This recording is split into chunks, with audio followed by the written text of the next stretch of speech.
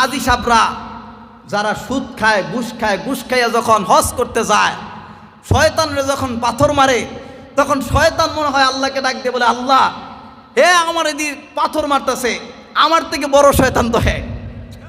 কথা কয় না রে, কথা কয় না। আওয়াজ করে বলুন, আছে কি না এরকম মানুষ? কিছু মানুষ নামাজ পড়ে না, আছে কি নাই? নিজেকে মুসলমান দাবি করে এরকম মানুষ আছে কি নাই?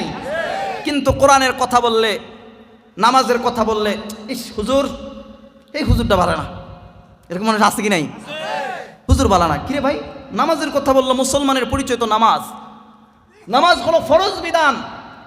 আল্লাহ এই নামাজকে আপনার আমার উপরে সবচেয়ে বড় বিধানের নাম হলো ফরজ। নাম কি? আওয়াজ করে বলুন, সবচেয়ে বড় বিধানের নাম ফরজ। নামাজ ফরজ করেছেন আল্লাহ পাক রব্বুল আলামিন। তো নামাজের কথা মোল্লা যখন বলে, তো আপনার কাছে তখন খারাপ লাগে। কারণ কি? নামাজ পড়েন না দেখে। তা হুজুর, নামাজ না পড়লে কি হইব? ইমান ঠিক আছে, কয় কি কয় না?